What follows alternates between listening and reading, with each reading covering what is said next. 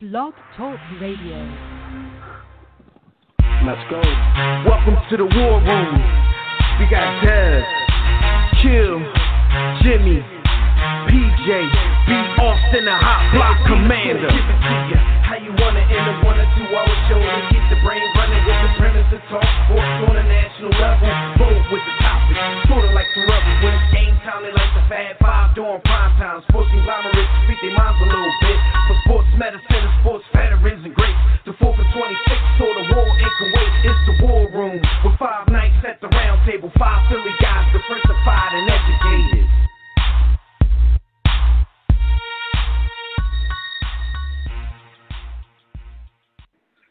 Yo, yo, yo, yo, what's up, good people? You know where you are. Welcome to the War Room. You are live in the War Room, and that's brought to you by War Room Sports and the War Room Sports Podcast Network. I'm one of your hosts, Jimmy the Blueprint, and I'm building it with my tag team partner, B. Austin. Dev is in Florida, getting robbed without a gun and mask by Mickey Mouse and his band of happy thugs, hashtag Florida Man. So, Dev will be back next week, but, we had to holler at y'all today, though. So we got a lot of news to talk about. Odell Beckham just became the highest paid receiver in NFL history. So we got to think about the greats and, where they rank and argue about that a little bit. Shout out to Phil Maddox if you want to call it. I know you like to argue about wide receivers, Paul. So we're going to talk about that. Keep it locked right here because we're going to talk about a lot of things happening in the world of sports. A lot of people got paid this week, B. Austin. You know what I'm saying? We definitely got to talk about their money. We got our Chatty Patty on. Got to talk about other people's money. Yo, Mickey Mouse is the hardest gangster since Haitian Jack left the country. Salute to Mickey Mouse, the G. But anyway, make sure you guys join us right now in the JW Philly Realty chat room. Get ready to open it up right now to make sure everybody's, shout out to Kevin who holds down the chat room all the time. So we're about to open that chat room. So make sure you guys log in to that JW Philly Realty chat room. You can do that by going to blogtalkradio.com/the War Room. Or if you want to holler at us on the show, make sure you can join us on Facebook, Twitter, Instagram. Everything is at War Room Sports. You can also call in directly in about 20 minutes. We're going to open up the Digital Extreme Technology Hotline. That number is 323-410-0012. Also, Fred Purdue will join us in a minute to talk about some college football. He's going to stay on and talk about sports for a little bit with us. But one last thing before we get all this conversation started, man, and that's to make sure that during the week when you're not live, when we're not live on the air, you check out all of our archived episodes. We have so many episodes. This is like episode 400 and some change. You can find all of our body of work, videos, podcasts, blogs, or just us talking trash. Everything can be found at the hub, which is warroomsports.com. We have the War Room Sports mobile app. You know what I'm saying? Our podcast is on iTunes, TuneIn, Stitcher Radio.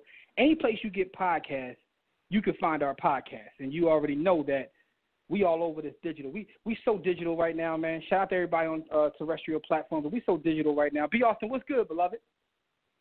Yo, Be Digital here. And that ain't short for Bobby Digital either. Nah, man, listen. We out here to get this Skrilla, get this chicken, talk about other people's chicken, enjoy ourselves, have a good time, and this thing of ours, which I expand to encompass the entire wide world of sports and not just the greatest sport, which is, of course, basketball.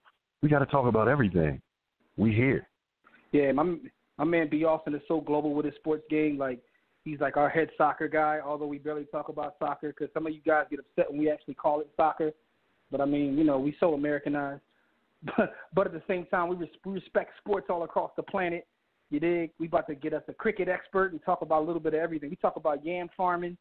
You know what I'm saying? We talk about the sport of... I apologize. That's actually the greatest sport, what you just named. I'm sure.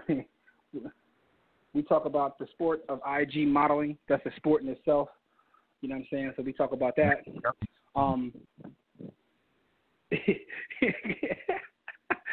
We got a heavyweight champion of that. Shout out to Bernice. But anyway, listen, man.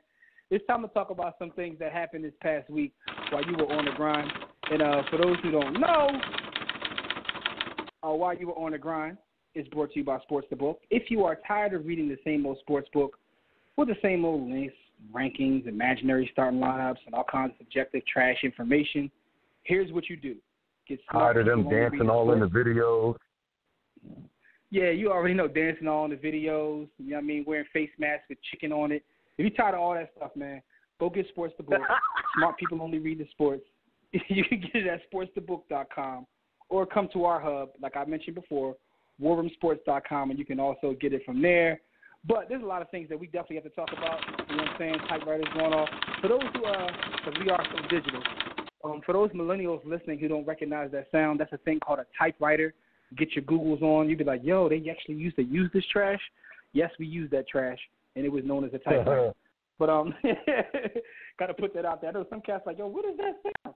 Anyway, listen, man, first thing I want to talk about is Usain Bolt. Your man Usain Bolt is going to make his football debut. How do you think Usain Bolt will fare as a football player? It depends on what league and level he tries to play at, which I think he's doing it down under, and we all want to do it down under, but he's doing it down under in Australia. And they're known to have a decent football culture. So I don't know that he would be able to compete at the top level. Here's the thing. Usain Bolt is one of the top athletes to have ever walked the face of this earth. But when it comes to soccer, man, you have to take years to develop your touch and your skill. And whenever we get into a discussion of soccer, I always have to relate it back to basketball so that Jimmy understands. You can't just step out and have a Tim Hardaway handle with the soccer ball. Like, it takes years to develop that level of touch to be in the top leagues. So I have a feeling that his athleticism is going to be novel. People are going to appreciate his speed on the pitch. But he's not going to go anywhere really with it. Not at this stage in life. Yeah, that's what's interesting about this. And just sports in general, as I think about this a little deeper. Pause that.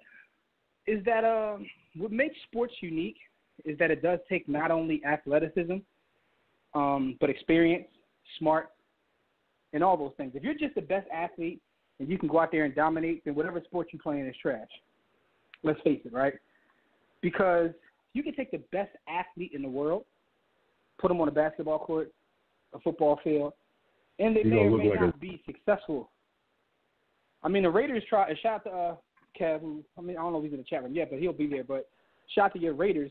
They won for years. It's like, yo, just give us the best athlete and we'll figure it all out. You know what I'm saying? And sometimes that works, sometimes it doesn't. I guess it all depends upon what athlete you have and how dedicated they are to their craft.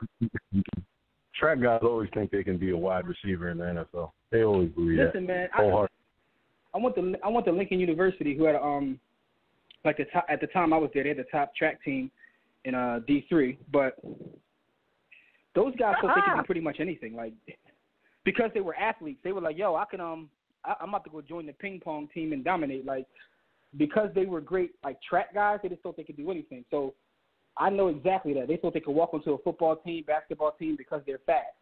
And what you're doing when you're doing it is you're disrespecting whatever sport that is.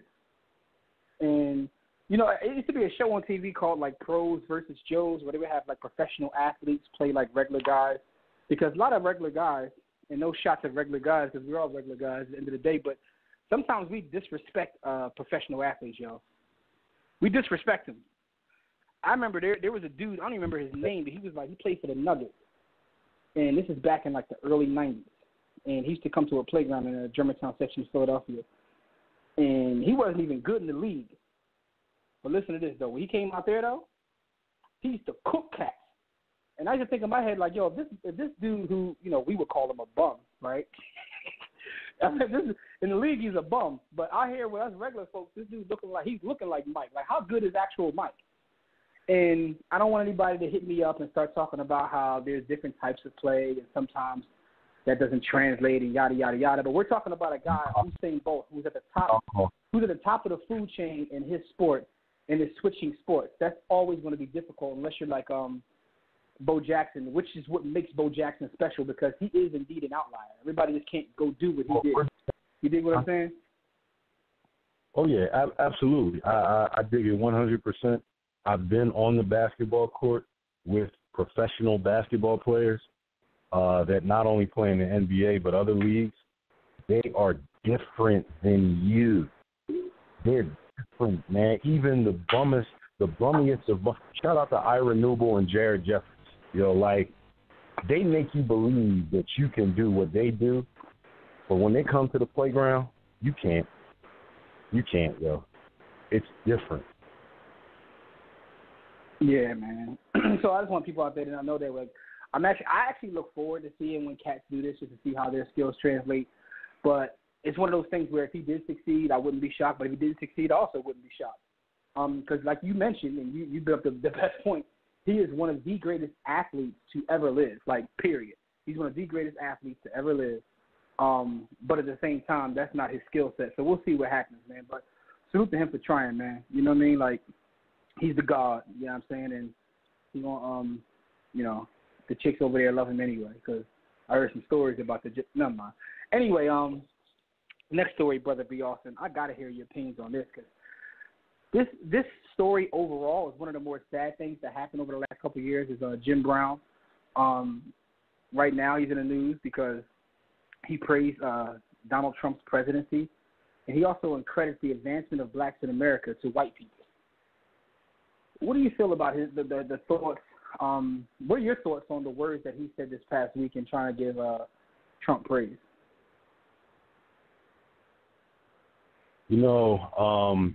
It's kind of funny. I'm going to start off by saying that being a part of this podcast, radio show, and all-around digital media company has been one of the greatest experiences of my life. And one of the reasons, like, this is no joke, I'm not even being funny, it has taught me how utterly bad hero worship really is. Like, everyone that I would consider a hero based on their performance in a particular sport, on the pitch, on the basketball court, on the football field, like, they've let me down as a human being in some capacity. Like, I would say maybe the only exception being Muhammad Ali, Mahmoud Abdul-Rauf, maybe those guys. Outside of that, man, everybody knows what a huge Michael Jordan stan I am. As a player, absolutely. As a human being, Mike is one of the most terrible human beings I've ever encountered. Like, he really, like, he's a piece of crap. And I say that not to poop on Mike specifically, but I'm going back to Jim Brown. Like, growing up, Jim Brown was one of the guys that I would have considered a stalwart part of the Black Power movement, of the empowerment of black people. To see his buffoonery, his coonery, his shucking and jiving, his cowtailing, his Uncle Tomming, his Uncle Stephaning, his Uncle Ruckusing, to see it play out on the stage in 2018, 2017, 2016, like, it really honestly makes me sad. Like, I'm sad whenever I see and hear him, more so than angry, more so than, wanting to poop on him. Like, I just feel a great sadness because at one point in time I would have considered him one of American sports' national treasures, not just based on what he did on the football field, because he is one of the greatest NFL football players ever, and he is the greatest lacrosse player in history. But, to hear him speak and to hear him take positions, like, I want to just leave it to him being out of touch with reality. But nah, man, I can't, man. These things that he's saying, the people he's aligning himself with, the position he's taking, it's bad, man. And Jimmy, you often talk about people ending up on the wrong side of history. I feel like he's erased his legacy as a part of uplifting people of color in this country and the world. He's erased it. Like, you would have put him in the same category as Kareem Abdul-Jabbar, but you can't do that anymore. You can't, can you? Like, I can't. No, I mean, here's the one thing. Here's the one thing you can say about Jim Brown. This is the excuse we make for our older NFL players. Like, we just blame it on CTE. Like, That's kind of what we do. We're like, yo, it must be CTE, because when you study his history and what he stood for, and it's like funny is because I listen to him talk and I still be trying to like work with him just based upon his history, what he's done for the gang. But I mean, it's also two sides of Jim Brown, because like we can't just talk about the good without the bad. I mean, I do the same thing. But we can't, yo. He also let his hands go. He let his hands go on the women a couple of times too. But anyway, but I see, because I feel like I know what he wants to communicate, but he's doing a terrible job of communicating it. Right? It's sort of like the Kanye disease. Like some of the stuff Kanye has said is like, I know what he's trying to say, but he is sound. It's like some guys have thoughts, but they are terrible at articulation. Right?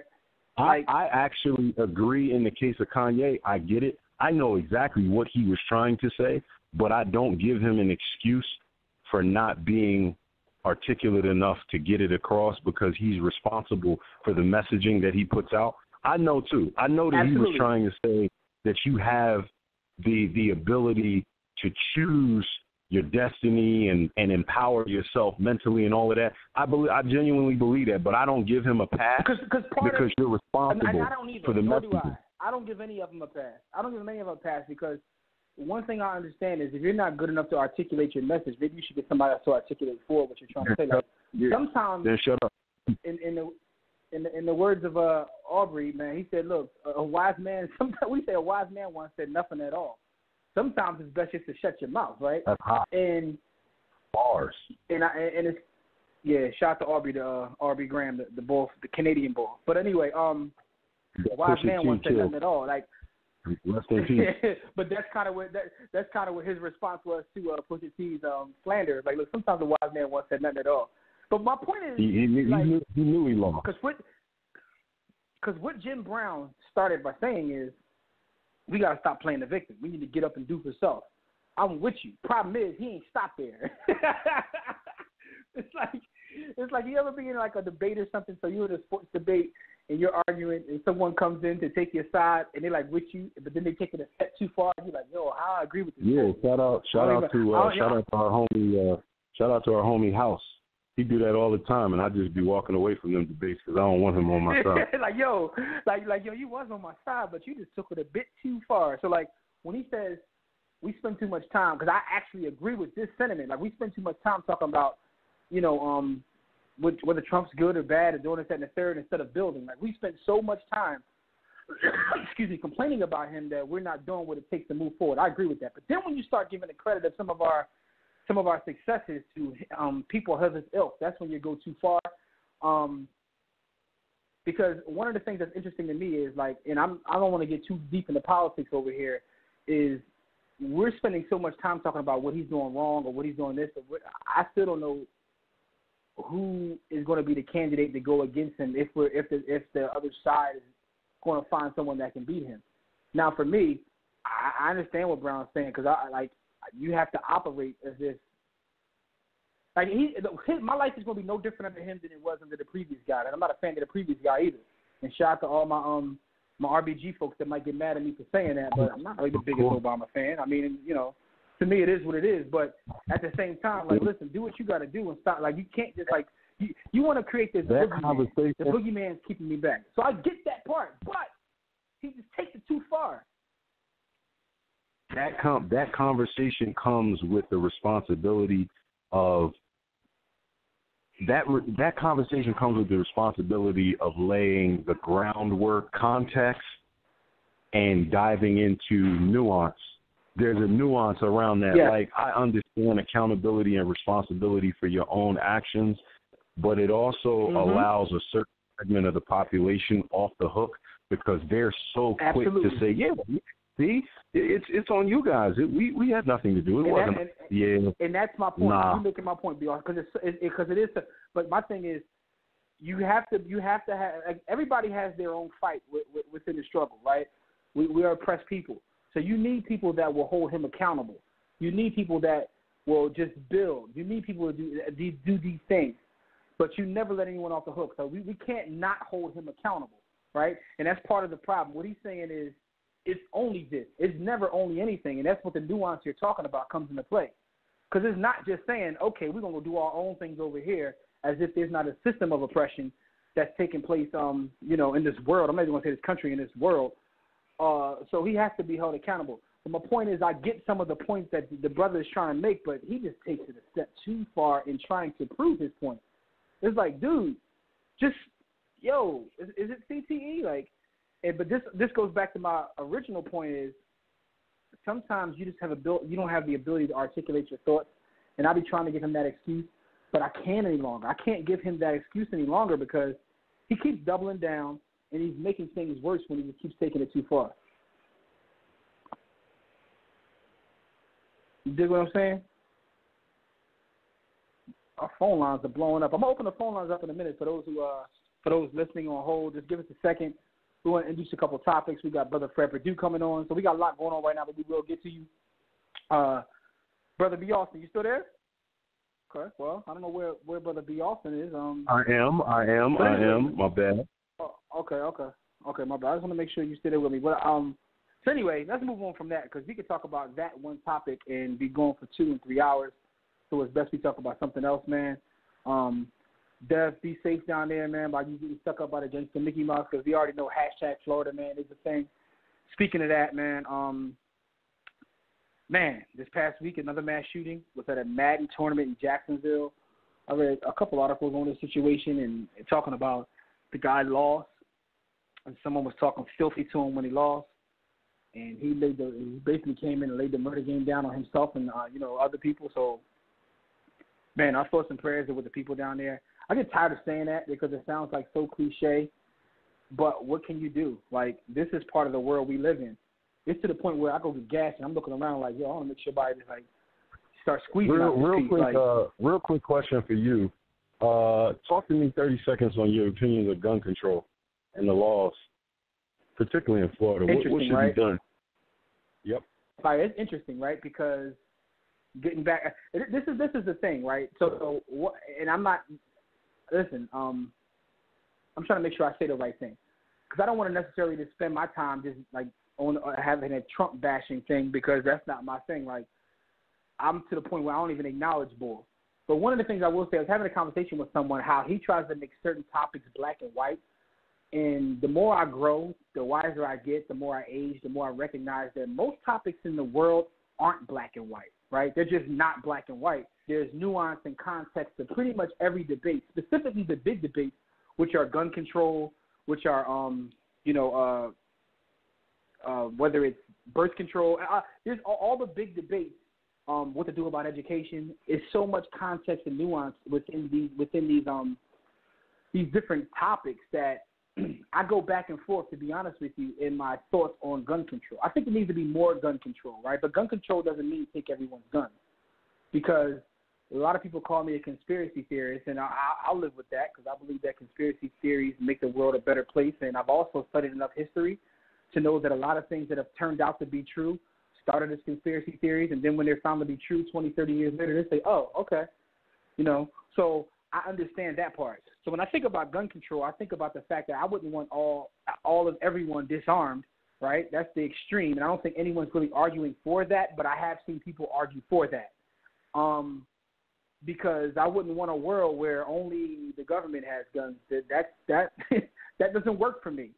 I've also traveled enough to be in countries where that is the case, and there's no threat of gun violence, but people get stabbed like every day. Like, the stabbing game is out of control.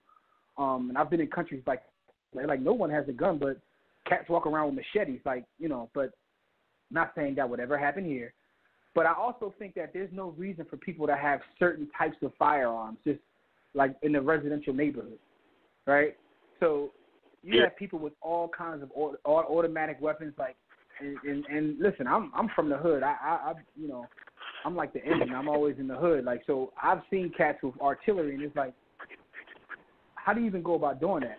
Like, I literally, like, if people gonna think I'm exaggerating, people gonna think I'm exaggerating, and I ain't snitching on nobody. But I'm saying, like, I've been in places in the city of Philadelphia where there's cats in the hood that have rocket launchers.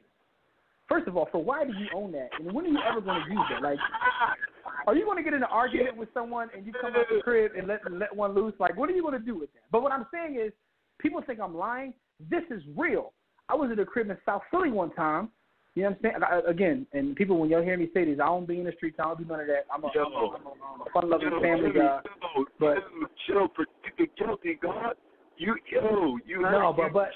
But listen. But the thing is, I'm amongst the people. I speak to my people. I'm an educator, so I speak to my people. So I'm in some places where other people won't go. I've literally seen cats in South Philly who have grenades, like in the house, in a residential neighborhood. Why do you have a grenade? My point is, it's to the point now where people have their hands on so many things, right? And something has to be done because weapons are so easy to get. Last month, I was speaking at the Youth Study Center, which is a prison for children, anyone under the age of 18. So, I'm like I said, I'm in the community giving back. So I was speaking to the kids there. And one of the saddest things that came from that talk was the guy saying, listen, man, if I had a job, I wouldn't be here.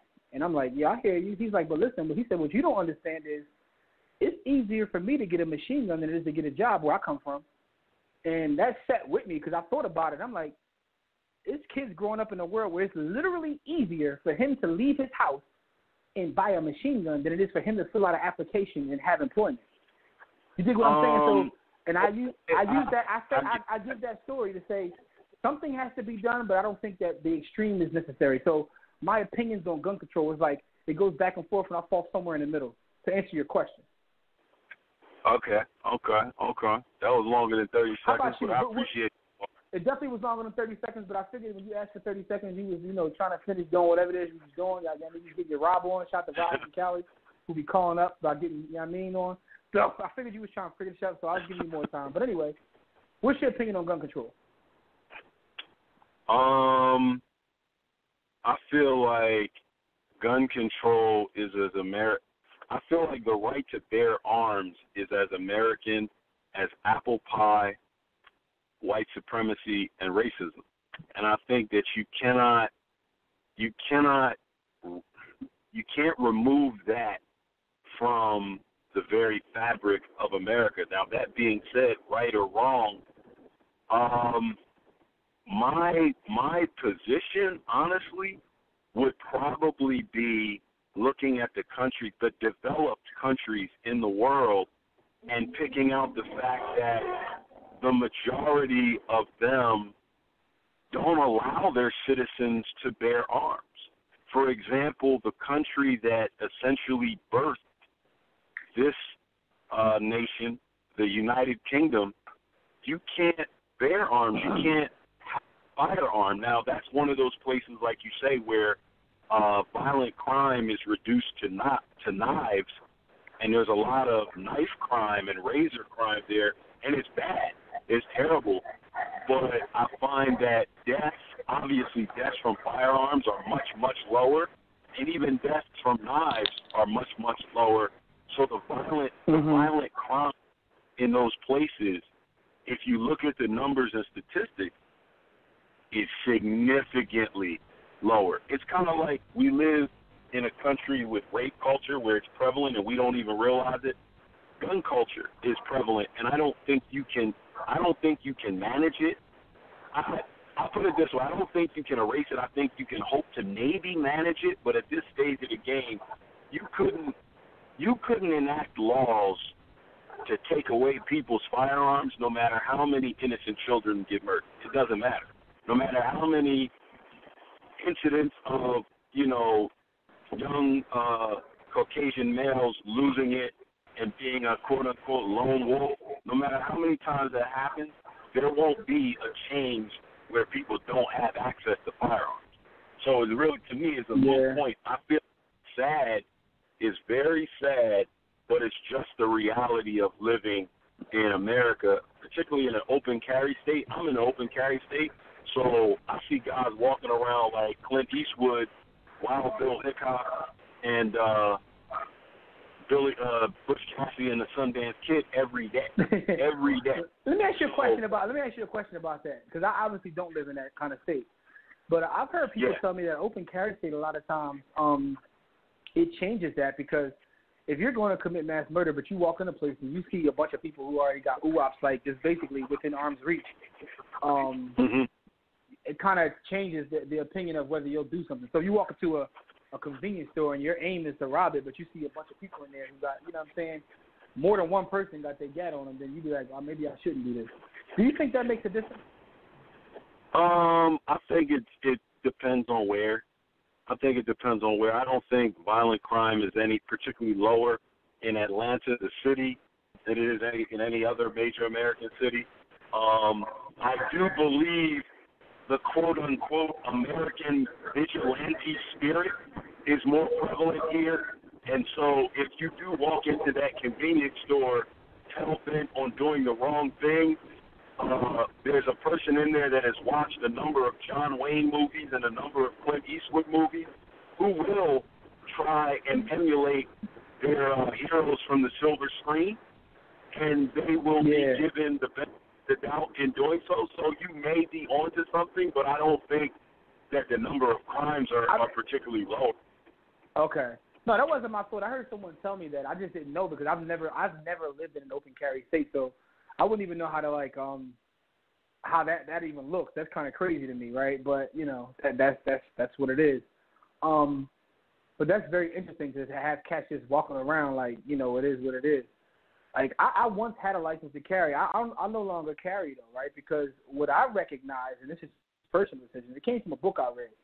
And I started thinking about it. And as a matter of fact, it came from a book I read from Russell Simmons. Russell Simmons wrote a book called Do You. Shout out to Russell Simmons, although right now he's not in vogue, so to speak. Shout out to Russell. But he talked probably his accounts in the U.S. and moving his money overseas because he knows what's up. Shout out to him for that. But no, in the book he talks about like the energy that you create based upon like your movements and things you do and doing things with purpose. And specifically, like, so when you carry a gun, right? I know that when I carried a gun, I had a license to, did everything legally. I brought a certain energy with me, right? Not that I'm ever looking to get into trouble, but like if trouble approached, I'm like, let's go. Like, I totally agree with mean? your entire premise. Yeah, that is. I don't even think that's a hypothesis. I think what you're saying is facto or facts.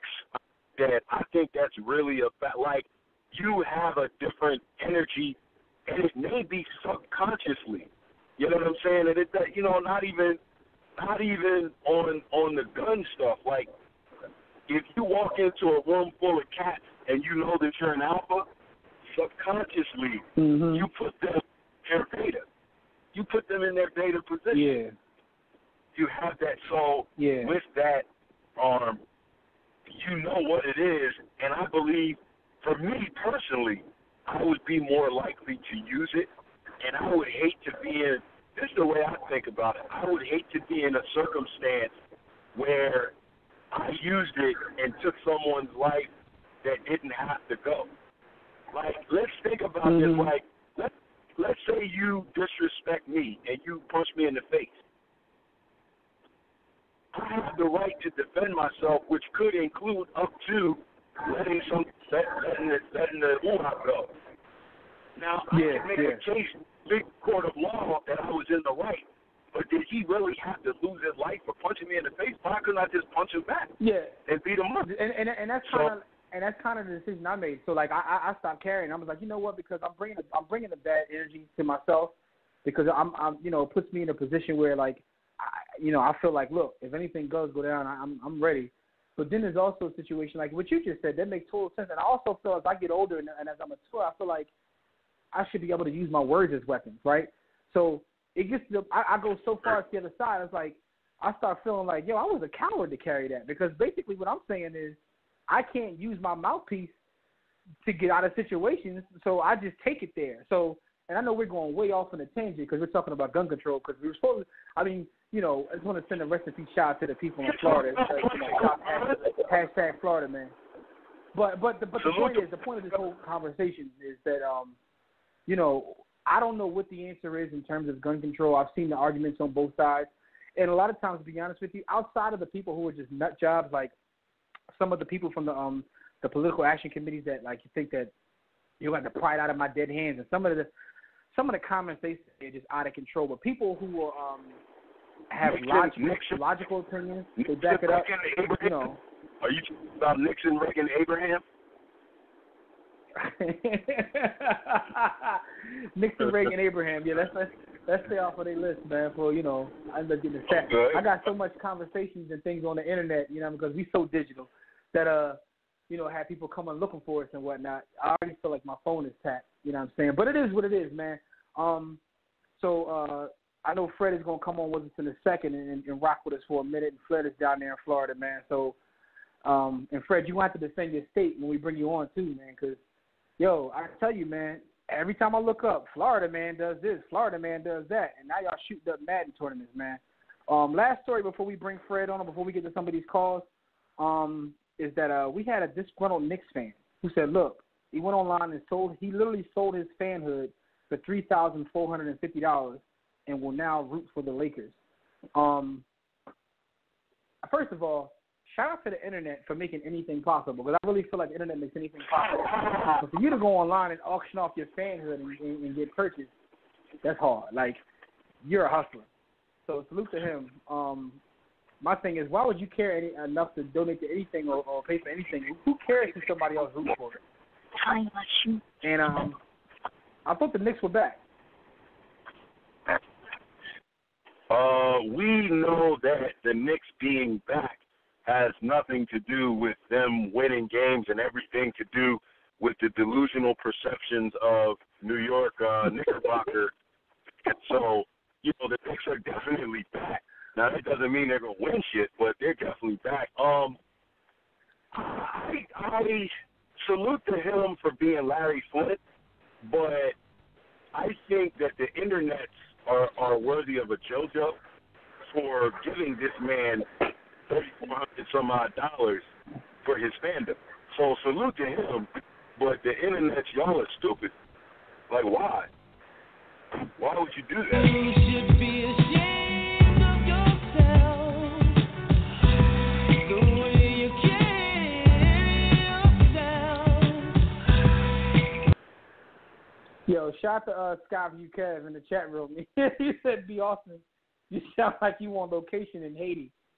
Yeah, he out there in Haiti trying to get his machete game up in case they take our guns away. He want to make sure he got a bunch of machetes in the crib. So shout out to Haitian folks that carry machetes. I do, on the low, there's a gentleman by the name of Jacques Agnant. He's an investor in the show, so I gotta look out for him and his interests sometimes. So I take these trips to Haiti and DR just to to touch bases with one of our investors. a real live cat named Haitian Jack, as Mr. Shakur said. Listen though, man, we gotta bring Fred on. We got calls to get to. But man, people selling their fandom on the line. But before I did not say anything regarding Haitian Jack other than earlier in the show. I just said Jacques Agnant. So salute to you. Understood. We gotta bring Fred on. Fred, make sure Fred is there. Hey, Fred, can you hear me? What's going on, fellas? How y'all doing? Ain't nothing, man. We gonna get to your college football picks in a minute, Fred. We got some calls. We got some calls to get to. We want to do some birthday shout-outs. We'll get to the calls in a minute. But I definitely just want to say that those stories, man, is crazy because we went on a long tangent talking about Jim Brown, mass shootings in Florida, which, Fred, you want to answer for in a second because you are a Florida guy. I can't play Madden anymore, man. I can't play Madden competitively now. I'm scared. That's crazy, right? But anyway, real quick, I want you to do that, Fred. Yo, if you go to the Madden tournaments because you look like you could, you might. Yo, don't go no more, man. I don't want to hear nothing. I couldn't take it. Real quick, be awesome. You sounding real. Your mic sound real crazy right now. Pause. Real quick though, but those are the stories that happened this past week while y'all were on the grind. Definitely want to give some birthday shout outs in a second, but before I do, we got a couple calls we've been waiting on for a minute. We got one of my favorite, as people call him, a troll, but he's my favorite troll because I love the Mike slander. But we got Court from Facebook who's in the building. Let's get Court on real quick. Court, what's good? What up, brother? How y'all feel? Oh man, hey man, feeling like Mike is the greatest. Well, y'all did touch on something about what you did see in early show about Mike as far as him as a person. I got a couple of stories I'm gonna touch on. I'm not gonna do it this episode, but I kind of got a couple as a youngster. I got a couple of stories of Mike in person because my mom was in Loverboard. My mom's friend was in Loverboard, so I used to go to the games at the stadium. So I got a little more insight on Mike than what people really know. Yeah, I got a couple stories up close and personal. He a piece of crap. He a dookie. Spoon. Yeah. But we got a couple things when you guys got called.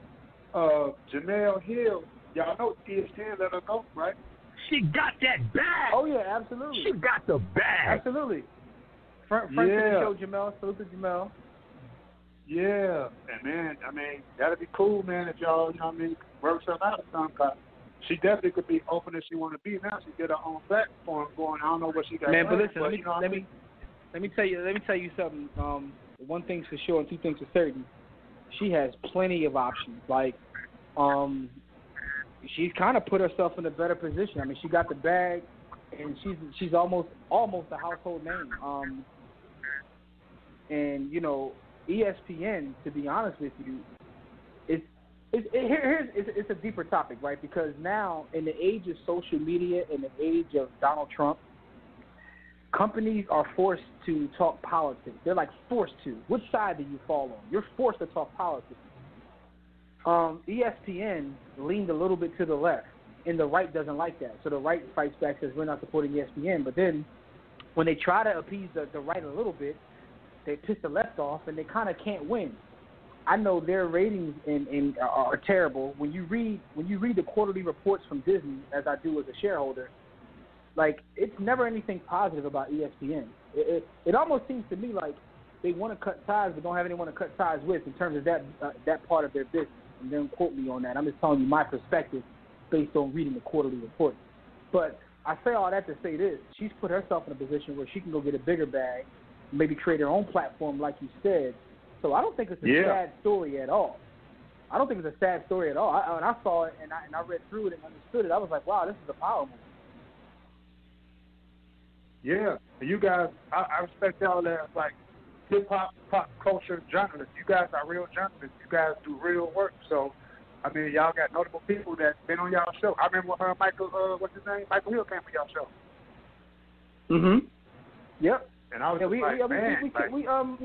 in terms of people that do what we do, there's like a community, so we communicate with a lot of them. There's a lot of cats we talk to who we will be bringing on soon, and people will be like, wow, they came on or whatever, but I'm gonna say this. I'm gonna say this, Court. We're men of respect in the industry. Being respected and being your favorite rapper's favorite rapper doesn't really get you paid. But we've heard through the grapevine and directly from people that get a lot of money from those type of outlets to do this. They say, man, wow, we wish we could be as free as you guys. We love what you do. Yeah, man. I mean, man, y'all right there, man. If cats knew the kind of calls that we took on a weekly basis about our platform, they wouldn't even believe us anyway. So it doesn't even make sense to say anything. Like, but at the same time, we want to be able to do what we do. We want to be able to do what we do. In terms of having fun, creating a platform for other people to speak. So it's not just about a bag for us. But if cats knew the kind of calls that we feel that, like, I mean, they can tell somewhat from some of the people that we've had on, but we've had people that haven't come on who are still willing to come on, and just entities that have contacted us that, and it's funny because a lot of people see, like, they'll see that when they do see those entities and they recognize that they know who we are, that's when you're like, oh, man, like people who are family, so to speak. But that's a whole other story we can get into about how family don't support you. But at any rate, Court, that was a big story in the world of sports we're going to talk about, but you're right. Just got a couple more things so you guys got calls. I always appreciate y'all for accepting the call, but I also want to touch on this. I mean, we're going to do it light because I already know how I feel about it, but I got to touch on it because it's newsworthy right now. The Kanye West is in Chicago right now. He's been at the radio station. I don't know if you guys saw any of the clips or anything. I've been paying attention a little bit. But this is the thing we feel the same way about Kanye West. I'm just gonna touch on this for the people that's out there listening. What he has to understand, what people who think like him have to understand is, he basically spit in the face of all of his and our ancestors. It's like, and then not only that, he validated all the evils that our people have been through.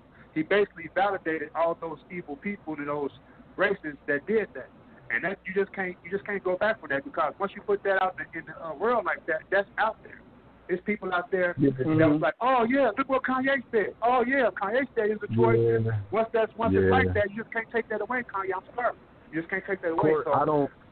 I don't disagree with your position, because you have every right to listen to those words and interpret them as such, because words have meaning and power. And who knows what the true intent was, because I haven't had a conversation with Kanye, but from all accounts, he didn't mean, and I'm not a Kanye apologist by any stretch, but he didn't mean them the way that they came out and the way that the world took them. And one of the problems is, I think his ego won't allow him to clarify. So in some regards, it looks like he's doubling down, but I don't think he meant it the way that the world took it. Which again, as Jimmy and I said, you are responsible for your messaging and what you say and how your audience takes it. So you're still responsible. But you know what? And I agree with you, Court. Now here's the thing. I think this is a interesting topic, because I agree, but I think the biggest problem is something B also mentioned, which is that ego. Because one of the things I recognize, and I love history, love reading, is throughout history, like some of my people who I look up to or admire in history, were people that were willing to say I was wrong. Because you know what kind of strength it takes to swallow your ego and admit you were wrong. I think one of the reasons why El-Hajj Malik El-Shabazz, a.k.a. Malcolm X, is one of the greatest men to ever walk the face of the earth is the fact that he was, first of all, he was a free thinker, and I'm not in the way Kanye meant, but also when he recognized he was wrong, he would say it to the world. I was wrong that I felt that way. These are my feelings now because I have more information. When you get more information, it's okay to say I was wrong. And the problem is Kanye kind of like wants to have one foot in and one foot out. He doesn't want to fully apologize and say he was wrong. He wants to try to justify why he said what he said instead of just falling on the sword. Dr. King, when he says, I led my people into a burning building, you know how crazy it is for him to say that, considering the way he fought before he said that? That takes a certain level of power. And, you know what I mean? So that's kind of where I am in terms of, B. Austin said the key word, which is ego, because the ego was what's preventing him from just being full out and saying I was wrong. I tried to say this, but it came out like there's nothing wrong with it with admitting to your mistakes at all in life, period. Yeah. Okay. Well, one more topic. I'm gonna let you guys get to your callers. I don't know if you guys heard, but that boy Adrian Peterson, he needs to. I want y'all to play the Ralph Tresvant song, because he went in on Shannon Sharpe and Chris Carter, because basically they were saying that he lost a couple of steps. You know, the way NFL is going right now, it's not for a dominant running back like a 30-carry running back these days, and he's gonna kind of fall off a little bit. I don't know if y'all heard, but he went in on Shannon Sharpe and Chris Carter. Court, that's crazy, because Shannon Sharpe actually was defending dude. Yeah. I saw it, like he was holding him down. Like I think Eric Dickerson said, I think AP got a lot left in the tank. Shannon Sharpe said the league has changed, but I still feel like Adrian Peterson is the best running back on that team. That ain't hard to be in here, but still. And he saw him getting 700 to 900.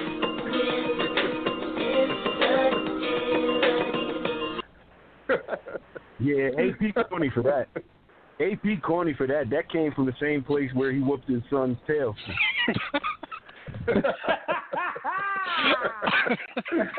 Yo!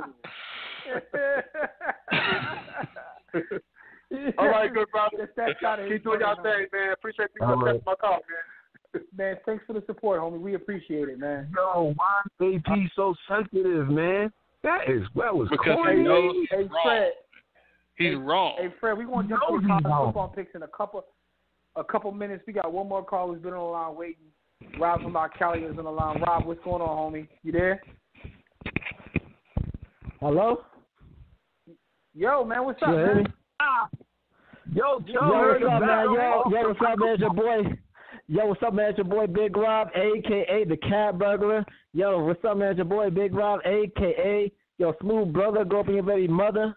Not counting 1, 2, or 3, but hey, what's good, man? How y'all doing? Man, say what you got to say. Smash baby mothers, man? Yo, he heard Big L. He heard the Big L. Yo, R.I.P. Big L, R.I.P. Big L. But yo, man, how y'all doing this week? How y'all doing, man? How you doing, Fred? Man, you can't duck Fred.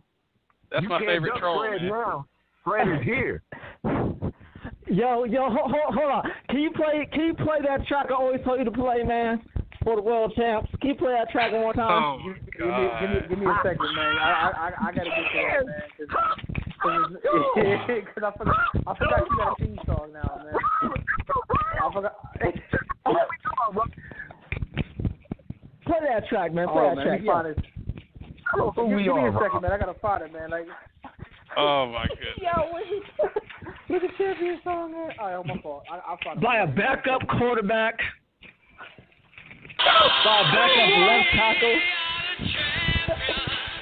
For now. It's always for now. For now. Yeah. Without the slate of football, Ralph Spygate. Without the refs. Please don't go 6-10, 5-11, 9-7. Don't if you miss the playoffs, you never stop hearing me say it. You know what? We gave y'all the spirit bomb. We gave y'all a spirit bomb. What's so funny about that, Fred, is I'm in Philly, right? And obviously I don't watch football anymore, but I'm in Philadelphia, and I've never seen a city like so nonchalant about football, right? And it's because it's an energy around like we won now, so like it's almost an energy like who cares at this point. So it's funny to see, like bad news will come out about quarterback controversy or somebody injured, and no one even cared. There's no quarterback controversy. Carson Wentz is the guy, and that's it. No question there. No. What I mean by quarterback controversy, like again, I don't know, but I heard that they're trying to rush him back for week 1 because the other guy's hurt. But he's Nick not really ready. Nick Trash is hurt. Yeah. All right, but my point is Nick Super Bowl MVP. Who was the Super Bowl MVP? Was Tom Brady the Super Bowl MVP last Super Bowl? Was Tom Brady? Yo, Rob is letting his hands go. This was Tom Brady. Donald Trump Brady. This guy. Tom that got on his knees to suck an orange juice. Brady. Real quick. Belichick,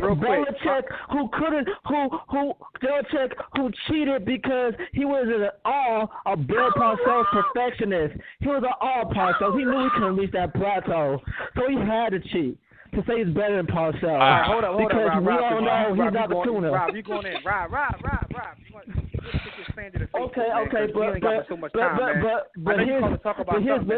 Don't let Fred distract you, man. Stay woke. I wish Dad was here because I want to talk about the chick he threw. They say want to peas at. Her name is Brittany. I look at her Instagram bundles of Brittany. I don't see bundle of Brittany. They calling them BRITTANY. They calling them with the at names, man. Isn't that Brittany Renner's IG? Yeah, I looked at her. First of all, I just can't say. I was gonna say this real quick. Brothers, respect yourselves. Stop messing with chicks who be bragging about her body count. Stop messing with chicks who do stuff for attention. Like, yo, man, like she put the Takashi out there and say, yo, the man can't play soccer and he a shrimp. So, stop messing around with snitches. Stop messing around with Insta hoes, attention hoes. That's all I gotta say. Respect yourself, brothers. You know what I'm saying? That's all I gotta say. And also my Instagram. Wait. Cause I want to talk about. I want to talk about sports. But I want to say this. Instagram check out the week. Curly Ray. Curahel. She's Ethiopia. She's fine.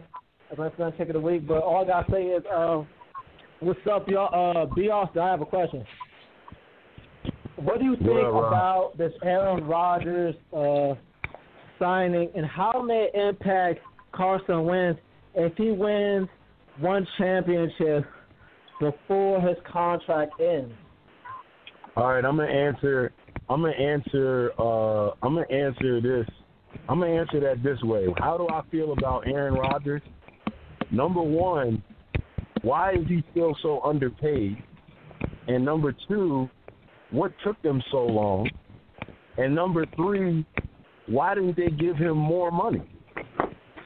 Now, on from Aaron Rodgers,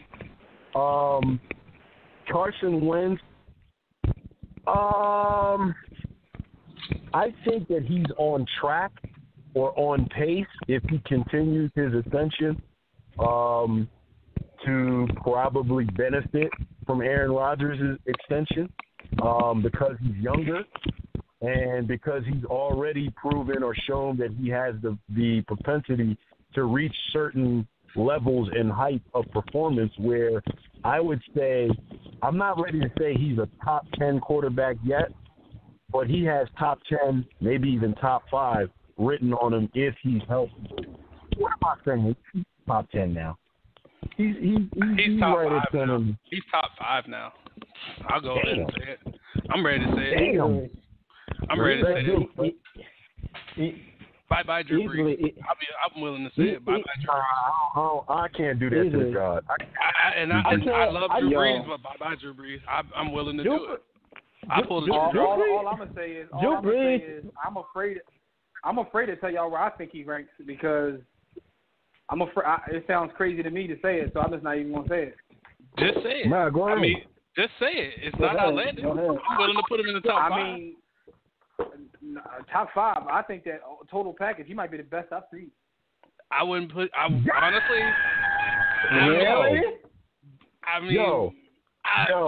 Jimmy, you might. You got. Jimmy must think this ball is the second coming of John Elway. No. Jimmy, are you serious? I would put him above that guy you just mentioned. I'm gonna tell you why. I'm gonna tell you why. With everything being equal, right? So you have a sport which takes so many pieces to win at the highest level. But with everything being equal, based upon what he goes out there with, his complete skill set in terms of athleticism, the mental part of the game, his arm strength. I don't know if I've seen anything like that. Now, guys are more accomplished, right? They have accomplished more. They have a better body of work. We're talking talent. Yeah. But I'm talking about just from what I've seen. This guy is like everything that I want a quarterback to be. I agree with you. But a part of me, because I'm a Philadelphia sports fan, I don't want to jump the gun because when I jump the gun, jump the gun. Go ahead. That's you got your shit now, dog. Let your hands go. You got your shit. I have them between 5 and 10, legitimately. Like I'm not gonna put him quite in that top 5 yet because let's put it this way. Any of those guys you have in the top 5. Any of those guys you have in the top 5, they don't do anything better than him. They're not better than him. Let's just put it that way. They're not overall better than him. Aaron Rodgers, talent-wise, yeah. Russell Wilson barely beat his touchdown record by 1 touchdown. He had 3 games to beat his touch to match Carson Wentz stat. Carson Wentz led the NFL in touchdowns, passing touchdowns before he got hurt. Yeah, I know. Stats, but listen. Let me ask this, and I'm a fan. I've been a fan from day one, from when we drafted him. But let me ask you this: how long do we need to see this sustained? Because I feel like I don't want to be a part of the Instagram, Snapchat generation. You know what? Hold on. Listen. My fault. I thought we were having a different debate. You're talking about where Carson Wentz ranks right now. I thought you guys were talking about where Aaron Rodgers ranks all time. That's why I said I think he's the best I've ever seen. That's what I'm okay. Okay, I got you. So we're having two different comments. My fault. I'm just catching on. Like, hold up. They're talking about where Carson Wentz is right now. B. Austin, when I said the best I've ever seen, I was talking about Aaron Rodgers, and that's my apologies because y'all were talking about both guys, and I guess I wasn't understanding what you were saying. I think that Aaron Rodgers, just to go back real quick, is the best quarterback I've ever seen. Now, my opinions on Carson Wentz, again, this is from limited viewing. I think he has the tools and the ability to, be one of the all-time greats, but he has to do it.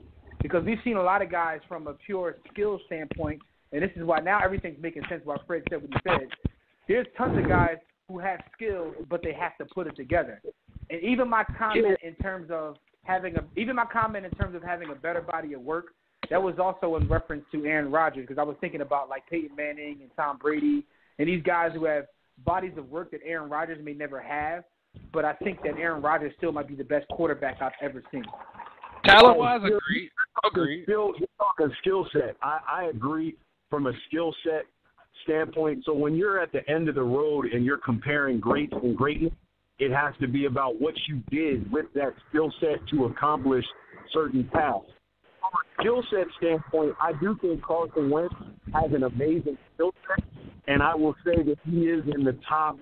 He's in the top 3 to 4. But I want to hold off on where I rank him until I see sustained performance. Give me 2 or 3 seasons at the top, as opposed to letting me jump the gun early on. You don't want another Andrew Luck situation where he gets hurt and we have to really think about it. Hold on, Jimmy. Hold on. Wait, Rob. Now, Fred, I want you to be very careful. And I championed Andrew Luck. I'm prefacing that. I don't. Me and Dennis got into it a couple weeks ago because I thought that Andrew Luck is overrated. He still thinks that he's that guy. Andrew Luck is one of the best talents in him. He plays with the 4 of us on the field. Pretty much. He plays with nothing. Yeah. So does the $80 million man. He's not $80 million man. He's not better than Aaron Rodgers, but he's very, very, very good. Nobody. Exactly.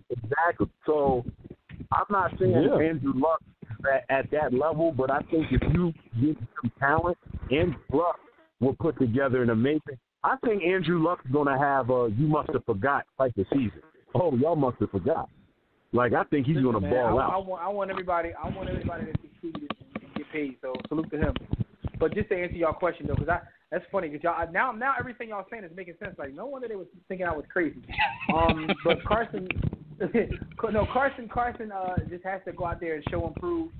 It's just a matter of doing it. Like, and that's one of the things that we don't try to do over here in the War Room. And I know B. Austin, like we definitely want people to have it. Because a lot of times people say, well, you're late to give him credit. But I feel like sometimes when you jump the gun to give someone too much credit, you're doing them a disservice. You're disrespecting the sport. Yeah, we're not late. We just sustain performance. Like, it's not a matter of being late. We be on it. We peak it, but let's relax. Let's not jump the gun after 3 days. But as NFC East fans, and I think that Rob is still on in the room, let's take a dookie on Dak for a second. Can we stop comparing Carson Wentz to Dak Prescott, please? Can we stop doing that? Because you compare. Shut up, y'all. Dak Prescott is not even worthy to hold Carson Wentz clipboard. I mean, come on, he'll be out of the Cowboys. He's better than Nick Foles. He's not even better than the third string quarterback, who's pretty good, to be honest. I mean, he'll be out. He's better than Sudfeld. I want to ask you one more thing because I know I hugged up the line and Fred's probably really ticked off.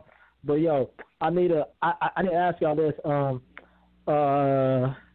Two things I want to say. One thing I want to say, Tobias, I'm going to call you out until we do a podcast, man. For here on out. Damn. Okay, for War on Sports, but I want to ask y'all real something serious.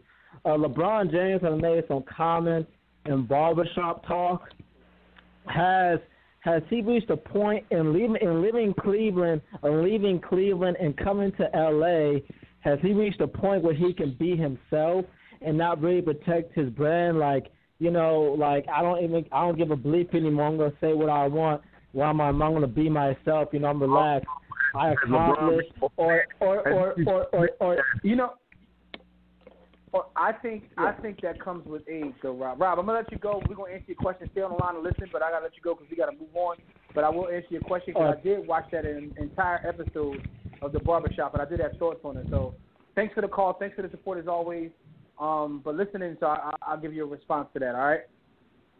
All right. Peace. But so I don't know if either one of you guys, Fred or B. Austin, have seen the first episode of LeBron's new show on HBO called The Barbershop. Did you see it, Fred? I didn't see it, but I saw clips from it and everything I saw. It's funny impressed. because like LeBron, we've talked about how contrived a lot of his moves seem and how everything seems to be calculated, which is a good thing. It's not a disrespect.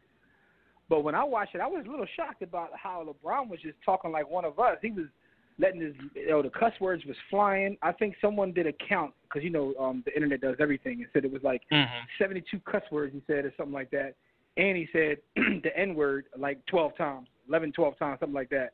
He was talking literally like he was in the barbershop, right? Yeah, you can't. It is also funny because I heard some of his critics, like I heard Jason Whitlock go in on him. And the only thing that I say I agree with Jason Whitlock is, only thing I agree with what he said. Everything he said to me was trash, but one thing he said was true. Like, no one walks around a barbershop drinking Cabernet. Like, they're drinking red wine, like in wine glasses in a barbershop, which is kind of weird. Yeah, but that was outside of that, the conversation itself to me was a good conversation. It was interesting to see LeBron like feel like he's comfortable and like the cameras weren't there because he was like amongst friends and he was talking the way people talk amongst friends. I thought that was interesting to me. And in terms of what Fred said, is it because he went to LA? I think getting out there is a little bit freeing for him for one, but I think as a second thing too is LeBron is getting up there in age. So LeBron turned like 35, I believe. What's the old is he, Fred? That's your guy. 34. He's got to be at least 34. 34. 34, 35, somewhere around there. He's in between 34. He's on the back nine of his career. I mean, he can get away with it. But I remember when Kobe got to that point. It's like in the NBA, you hit that point a lot younger than you do in life. If any of you guys have ever met a 70-year-old black man, you know what I'm talking about. Once a black man reaches 70, they'll say anything out of their mouth because they feel like I'm living on borrowed time. Like it's like the governor comes off at a certain age. Like that's why to me some of the best people to sit around and talk to are older black men because at that point it's like, what you gonna do to me? Like I've heard cats actually say that. Like, what they gonna do to me? I'm a black man that made it to 70. Like, and in the NBA, it's like I've seen Mike go through it. I've seen Kobe go through it. You get at a certain age and you just be like, look, I don't even care no more because at that point, Bron is on his way to being a billionaire. He's won championships in multiple places. He's got, the money is in the bank. What are you going to do to him? So his age, experience, and also the platform that he was on, he was also trying to, like, show a different side on that platform. So I think it's a combination of all those things, but I thought it was a pretty good show, though. What I thought you guys definitely got to check it out. What I saw as far as clips were concerned, I thought this is what LeBron has always been. He's just not necessarily in front of a camera before. I mean, I've seen little small, you see the cell phone footage of guys talking. So for me, I'm not surprised if you know what his upbringing is. I mean, we know, but I'm not. I think now he's, like you said, he's more comfortable in what he's saying and who he's around. I'm actually interested to see this show even more after this because I wanted to give it an episode and say, okay, if this is going to be just PC talk, no thanks. I'm interested to see who are the guests going to be because now you gotta outdo the next episode 2. You gotta outdo episode 1 now. I'm expecting this. Yeah, that's true. Like the bar has been set. We'll see where it goes. I thought it was interesting to see him in his element and to kind of let his hands go. Man, we got some other callers, but that's a good question, Rob. Thanks for bringing that show up. Fred, we want to get to your college football picks, but before I do, real quick, I just want to give some birthday shout-outs, and the birthday is brought to you by the creator, whoever your creator is. But we got to give some shout-outs, as we always do, to people on their birthday. Andy Roddick turns 36. Remember Andy Roddick? Cliff Lee. Remember Cliff Lee, the pitcher? Turns 40. Marlon Byrd, 41. Sean Alexander, ex-Seahawk Sean Alexander, turns 41. Trey Johnson, 47. Ricky Sanders turns 56. The Chief, Robert Parrish, 65. Rest in peace, shout out to Tug McGraw. And also Angelo Dundee. Rest in peace to Angelo Dundee, your guard. Also, for our baseball head, Ted Williams. Rest in peace, shout out to you. So we definitely want to give these folks a big warm salute on their birthday or their birthday week. Those are the birthdays we want to bring you guys. Yay! Real quick, before Fred tells us about his college football picks of the week, we want to tell you that you can check out our website at warroomsports.com, and while you're there, take a look at everything we got going on. We call that the hub because everything can be found there. You can click on the Contact Us tab to send us a message about our company, our show, inquire about our sponsorship or advertising opportunities, please do so. Or if you want to join our network, please, let us know what you're trying to do. For general inquiries, email us, info@warroomsports.com. While you're browsing the site, you can click on the memorabilia tab, cop some gear. You can click on the blog tab to read the latest articles in all fair and sports and war blog.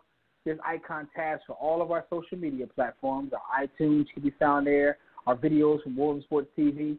You can download our free War Room Sports mobile app. That's Android or iOS. You get everything on the go. Right now, you can join us in the JW Philly Realty chat room, and that is at blogtalkradio.com/thewarroom. To enter the chat room, just sign up for a free profile on Blog Talk Radio. If you don't want to create an account, you can sign into your Facebook or Twitter account. You got to have one of them. Everybody has one of them. And while you're at it, click follow to get updates and reminders about our show. We'll be taking questions and reading posts from Facebook, Twitter, the chat room, all over the place. We also have a group app on, GroupMe, War Room Sports Game Time Group. So people, in there, salute to y'all. If y'all got questions or want to comment, you can put them in there as well. To call and speak with us, dial the Digital Extreme Technologies hotline. That number is 323-410-0012. Press 1 when prompted. If you're already listening from your phone, just press 1 if you want to talk. Salute to Skyview Kevin, who's always holding our chat room down. You know what I'm saying? He has a question for Fred before we even get into this. Fred, he wants to know why in the hell is Miami number 8 with no quarterback? He said, disclaimer, let you know before you answer that he is an FSU fan. But he needs answers from you, Fred. Before you give your picks about the week, he needs answers. Oh, do you really want me to go there? Why is your quarterback selling drugs out of his house? Never mind. Moving weight. MIAO, man. To answer his question, Miami finished the season. He owe him 100, baby. Go ahead, Fred.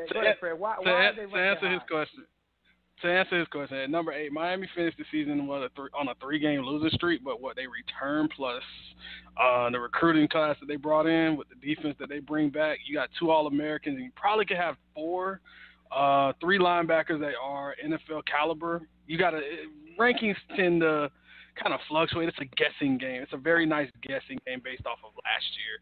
You'll see week 1 will tell us everything we need to know. Okay. Well, I definitely want to ask you about some big games going into week 1. Before we start this, I'm going to ask you again when we end, but before we start this, give everybody your Twitter handle because I know that we have a college pick'em pool, and I know people want to hit you up about that, and I know you be on Twitter all the time. So give people your Twitter handle so they can find you on Twitter. Good ladies, listen close. Hey. My Twitter handle is Fred Purdue CFB. So Fred Purdue CFB. That's college football for those who can't pick up on that. And any single ladies out there, Fred said his inbox is open for some DMs. No, it is not. My inbox is not open. My inbox is not open. Your inbox is closed now? DM. My inbox has been closed for years. Hey, do not get me in trouble too. I'm about less than 8 weeks away from crossing over to the other side with B. Austin. So you can't know. That was all right. We're gonna talk offline because that was never mind. We're gonna talk offline about that one, Doug. Anyway, first game I want to ask you about number 12 Notre Dame, the Fighting Irish. are playing Michigan, who's ranked number 14. Give us your thoughts on this game. This is a game I've always said it screams college football. It's like, how do you have this game without? How do you have a season without Notre Dame, Michigan? You have two storied coaches. Jim Harbaugh he's a ticking time bomb, but he hasn't done much lately. New starting quarterback Shea Patterson transfers in from Ole Miss after all the stuff that they've had going on down there. He's a legit NFL quarterback, and he has a legit wide receiver in Tariq Black, but he's kind of dealing with some leg issues, so we'll see if he'll actually play. Michigan has a really good defense. Rashawn Gary was the number one player in the country a couple years ago. He's got a chance to be one of those guys that goes top 5, top 10 in the NFL draft if he decides to come out. On the other side, Notre Dame, you have a bit of you have Brandon Wimbush at quarterback. He's more of your typical running quarterback, spread option quarterback. I honestly think Michigan is going to probably put – if you saw the Miami game from last year, Miami versus Notre Dame, a lot of what happened in that game is going to happen for Michigan in this year's iteration of Michigan-Notre Dame. The defense is just stifling. Even with losing guys like Maurice Hurst, this defense is just way too good, and then now you're giving them a quarterback. The question with Michigan is always, can they finish? Jim Harbaugh has a very bad habit of not finishing games, and that dates back to his days in the NFL. He should have had a Super Bowl.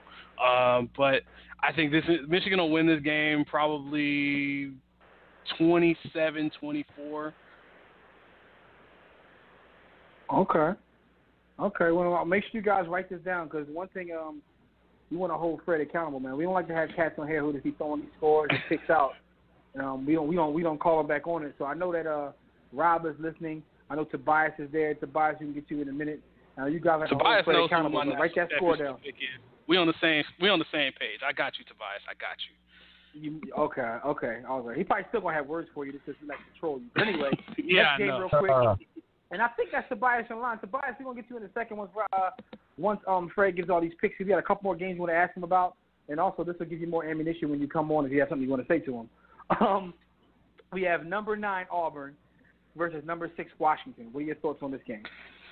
This is one of those games that you don't know a lot about the teams you're seeing, because last year you saw a Washington team that wasn't really the same from the first iteration of the Chris Peterson era, where they were going into the playoffs. Now you have a Washington team they're being treated like they were Boise State when Chris Peterson was there, versus now you have an Auburn team where they have Jarrett Stidham, who many see him as an NFL quarterback. I really don't. I think he's a inside the numbers thrower. He doesn't really throw it outside the numbers well or down the field really well. But what Auburn does really well is run the football. And what does Washington not do really well, or we think they won't do really well this year, is stop the run. With Vita Vea going on to the NFL, they're weak inside. And it's a home game for Auburn because it's in the new Mercedes-Benz Dome in Atlanta. So this is a proverbial home game. But the one thing I always say about a Chris Peterson-led team, never count him out when he has at least 2 weeks or more to prepare, especially at a season opener, bowl game, or like a conference championship type of game. He just somehow pulls crazy things out of his hat. So I'm going to take Auburn in this one because they have a better defense, and I think that's what it's going to come down to. I don't want to give a score on this one because for some reason Auburn finds ways to do silly things. I'll take the win though. No score, but you'll take the win. I got you. I hear you. All right, so next game, right, I'm going to talk about is, Scott, you brought this up, number 8, Miami versus LSU. This game, I'm on the fence on this game because part of me, the fan side of me says we're gonna blow them out, but the realist in me says I'm not sure if Miami's there yet. Scotty brought it up, the quarterback situation. Malik Rozier is everything I don't like in a quarterback. A short guy, he can't really see over the line. He's a bit of a good athlete, but not the most accurate thrower of the football. But the one thing I do like about this Miami team is they've gotten depth now. They're healthy. Amon Richards is back after having a hamstring problem. And if anyone knows anything about the wide receiver position, you can be a dynamic wide receiver all you want, but if you are hampered by a hamstring, it comes up over and over throughout a season. And if you don't get a chance to get healthy, you're not going to be that dynamic guy. On the other side of the ball, for LSU, they have two stud corners. Greedy Williams is the one that we want to talk about. He's a top 5, top 10 pick kind of guy. And Devin White at linebacker, he's also one of those headhunter types. Love this defense led by Dave Aranda. They like to run a bit of a hybrid defense. They can line up and cover in 3-4. They can line up in 4-3. For those of you that like the X's and O's, I know B. Austin, that's your thing. But this defense is physical. Even though they lost a bunch of guys, they have 7 5-star players that were or 5-star former recruits, and the rest of their team, for the most part, as far as their 2 deep, were 4-star kids. That's just, if you were basing everything off of rankings, they'd be the number 1, 2, or 3 team in the country, but we don't base everything off of recruiting rankings. So for me, when I look at this game, it's going to come down to how many mistakes can Miami not make. Can they get the running game going, and can they match the physicality up front on both sides of the ball? I'm going to call, and all my Miami Hurricane fans out there, you're going to hate me for this one. I think Miami loses this one close. And I hate saying it, but Miami's probably going to lose this one 28-24. It's a home game, by the way, for LSU. It's out at Jerry World. F them. But, for me, I haven't been confident about this game since I saw it on the schedule. Okay. Nice. Well, I think this is Tobias right here. Tobias, we can get you on right now. I know you got something to say about Fred's picks. Even if you don't, you do got something to say. What's going on? Of course he does. Oh, hey, I was just going to say, guys, welcome to the Roll Tide Invitational. That's all I got to say right now. He's right, though. That's the funny thing. He's right, though. Hey, all I hear all season, Clemson's defensive line is one of the greatest ever. That's the same defensive line that got ran over by Roll Tide with a quarterback that can't throw the damn football. That's the same line. And they got Kelly Bryant back there who can't throw the ball himself. Here's the thing. I like Miami over LSU for one reason. Ed Orgeron has to be the worst head coach of college football. He's a D-line coach who's a hell of a recruiter, but he can't coach a lick. And I do believe 21 and 8 since he's been there as a head coach. I don't know. Hey, he got progressively worse. Openers. I don't know. Hey, he don't have like one opener. But anyway, here's the thing. I believe that Jim Harbaugh and Jimbo Fisher are the 2 most overrated coaches in the country. I'm not alone. I'm not alone. Oh, Jim Harbaugh doesn't have a quarterback. When he gives a quarterback, hell, has anyone seen what Alabama's trying out these past couple of years? It's about coaching these players up and developing them. But I do believe with Alabama, I know Tua made mistakes in the championship game, but he was a true freshman, and that was his first real action. He won't make those mistakes as he matures as a player, and I think that's what people miss out on. You rather your young quarterback make his mistakes as a young quarterback than when he's older. But I'll say these couple of quick things, guys. I know you guys got to go. I heard y'all talking about Aaron Rodgers. You guys are wrong. The way the media's been talking the past couple of weeks, Teddy Bridgewater's a GOAT. The way they've been talking. And also, y'all talking about the way. Hey, Fred, you want to for that Teddy Bridgewater is your guy. Yeah, about that. Yeah. Hey, Tobias, real quick, Tobias. Before you get out of here, Tobias, I got to make a comment, right? So anyone who follows me online knows that I'm not like a religious person at all. In fact, I actually believe Christianity has done just as much harm to African Americans as the crack has. But one thing I will say is this, though. There's a lot of fire bars in the Bible, right? And one of my favorite bars from the Bible is like that says, "Pride cometh before the fall." And I'm bringing that up because of this. Like, you my guy, man. You my guy, right? And we follow each other on social media. You in a group chat. you can talk so much trash about this college football season. You are talking so confident, right? That I hope y'all do win, because if y'all don't, you are going to hear it, my friend. Hey, I hear it all the time, Jimmy. I hear it. When Alabama played like Georgia last season. This season though, your confidence is at another level. Like, you that must know something we don't know. You must. I'm agreeing with you. You must have a time machine. You got in a wave rider. You know what the results are already going to be, because your confidence is higher than I've ever seen over the last several years. Jimmy, every year is the Alabama Invitational unless you get a Cam Newton or Johnny Manziel quarterback on the team. Just be honest about it. But see, here's the thing. The reason I'm so confident is because this is like the best set of offensive weapons this guy's ever had. They got a young defense. The secondary is going to need work. But they also, first time he's been there, who has a guy who has real NFL potential. Don't know, not saying he'll be good, but it's a guy who has potential. And the guy, and I feel, because honestly, I'll be 40 in November. For my damn near 40 years of life, all I've seen are pedestrian quarterbacks who don't make mistakes. Don't disrespect A.J. McCarron like that. Yeah. Don't be disrespectful to A.J. McCarron like that. Don't do that. But don't do that. But here's the great thing about sports, and one of the reasons we're on here tonight is they still got to play the games. And all of us right here on the show right now know that the most talented team doesn't always win.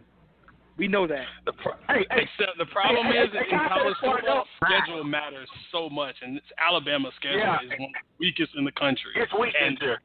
It's very weak. Can I say this real quick before I go? It's over.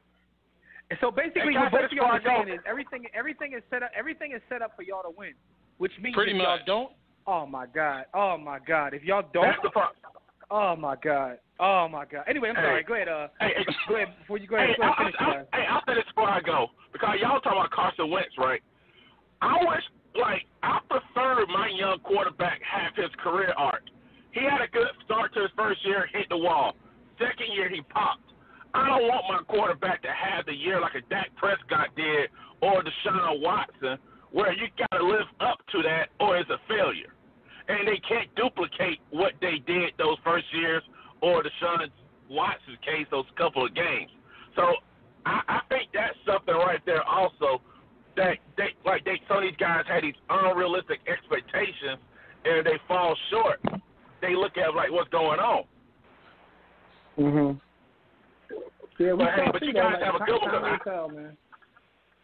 Yeah, I am in Alabama right now, and I'm going to get the pig feet. Peace, guys. Peace.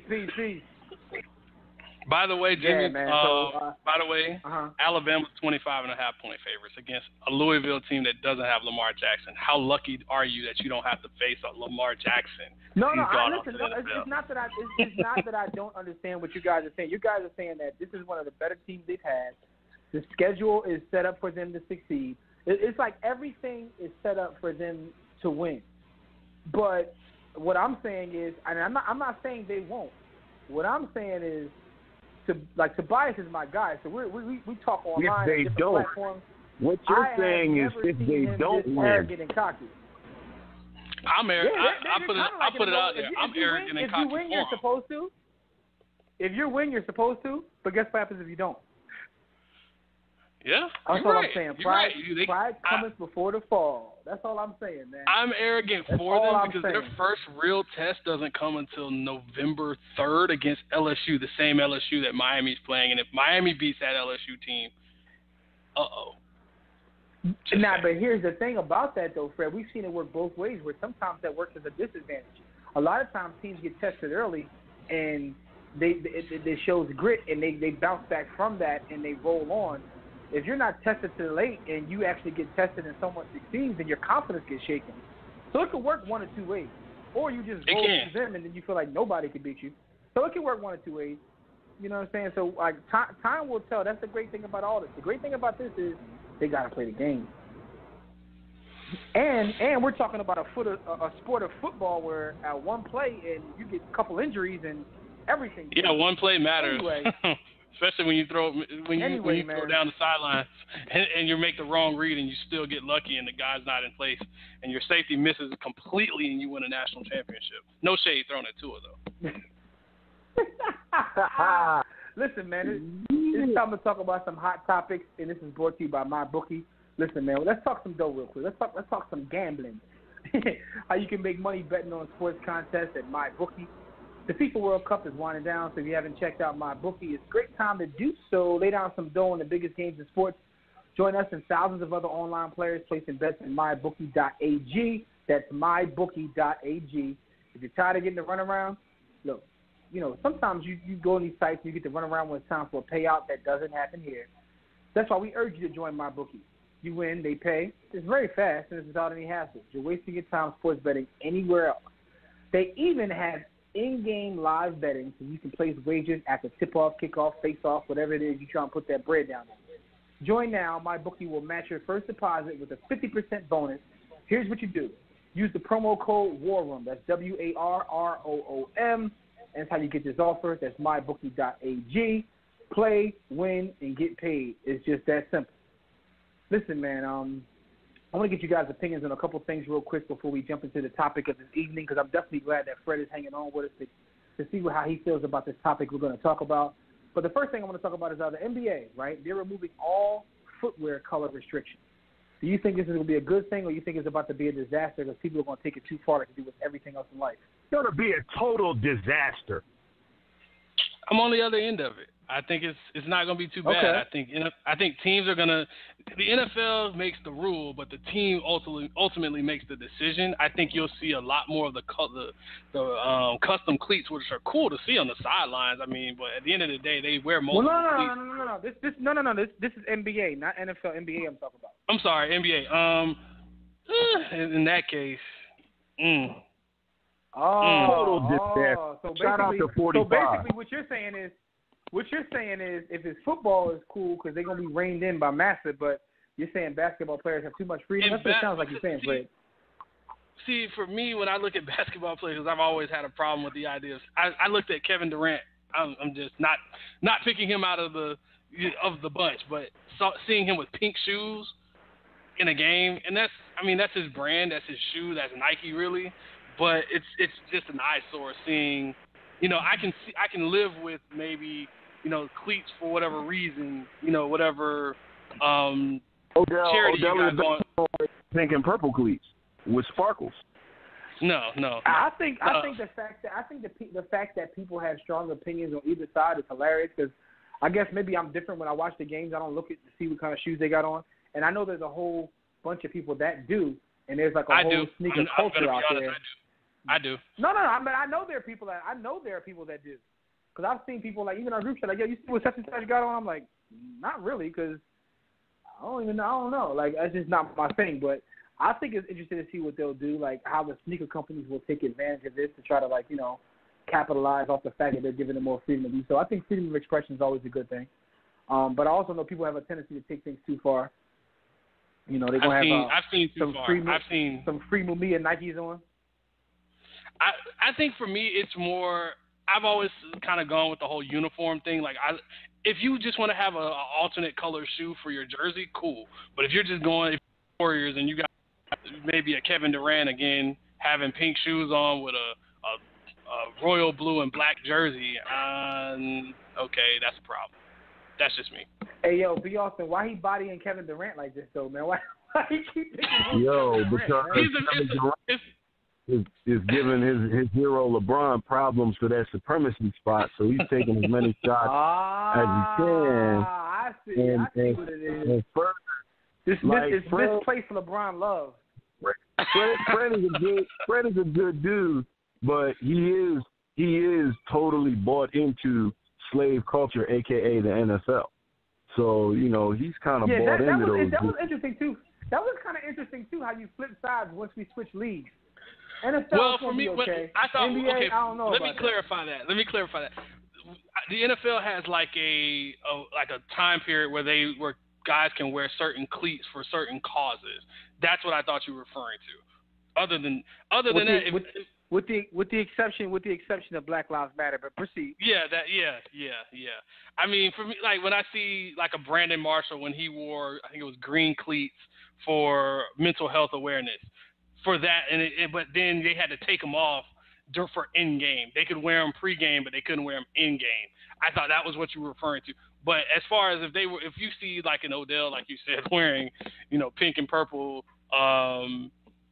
glitter cleats, no, definitely not. All right, so Odell is definitely going to bedazzle them.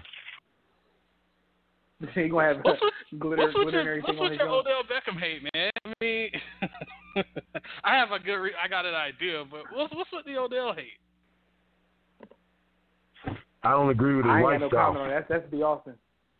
All right, well listen, let's move on. Manu Ginobili, he has retired from the Spurs. Another one down. Say it correctly. Say Hall of Famer. Future Hall of Famer, Manu Ginobili. Yeah, but here's the bigger question. This is a yes or no question.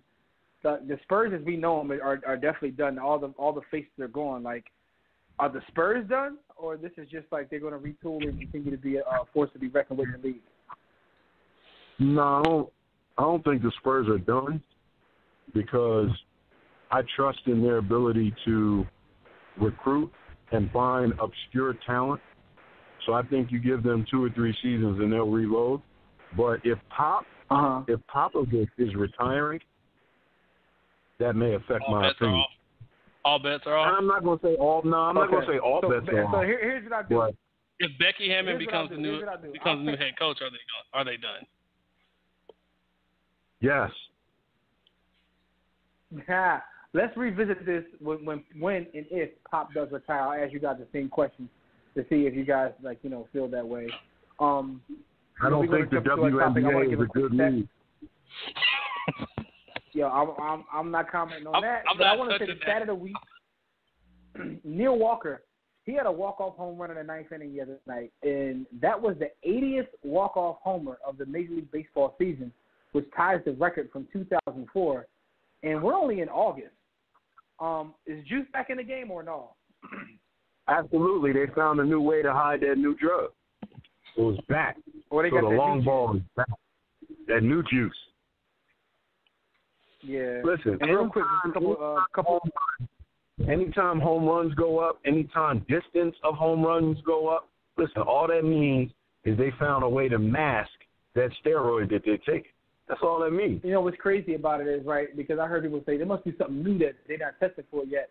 And it's interesting because even if that's not the case, right, even if no one has done anything different, that run they had during the quote-unquote steroid era has pretty much tarnished the game forever because now anytime somebody's a home run, that's the first thought. He must be on that.